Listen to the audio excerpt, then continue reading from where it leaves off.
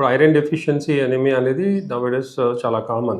అంటే అనీమియా అంటే మామూలుగా మనకు బ్లడ్ సెల్స్ అనేది తగ్గిపోవడం, పర్టికులర్గా ఆర్బీసీ అనేది తగ్గిపోవడం వల్ల ఏమవుతుంది, హిమోగ్లోబిన్ అనేది తగ్గిపోతుంది.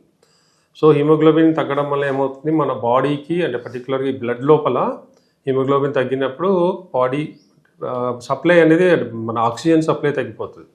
సో హిమోగ్లోబిన్ తగ్గింది అంటే ఆటోమేటిక్గా ఫస్ట్ ఆక్సిజన్ లెవెల్స్ అనేది బాడీకి తగ్గిపోతాయి. సో దీనివల్ల ఏమవుతుంది, వీక్నెస్, టైర్డ్నెస్, ఆయాసం రావడము. ఇప్పుడు ఆక్సిజన్ బాడీకి కరెక్ట్గా ఉంటేనే బాడీ యాక్టివ్గా ఉంటుంది. ఇప్పుడు ఆక్సిజన్ బ్రెయిన్కి తగ్గిపోయింది అనుకోండి, బ్రెయిన్ ఏమవుతుంది, డల్గా అయిపోవడం, డ్రౌజీగా, డిజీగా, దేని మీద ఇంట్రెస్ట్ లేకపోవడం, లేజీ అయిపోవడము అండ్ వీక్నెస్ రావడము, ఇవన్నీ జరుగుతాయి.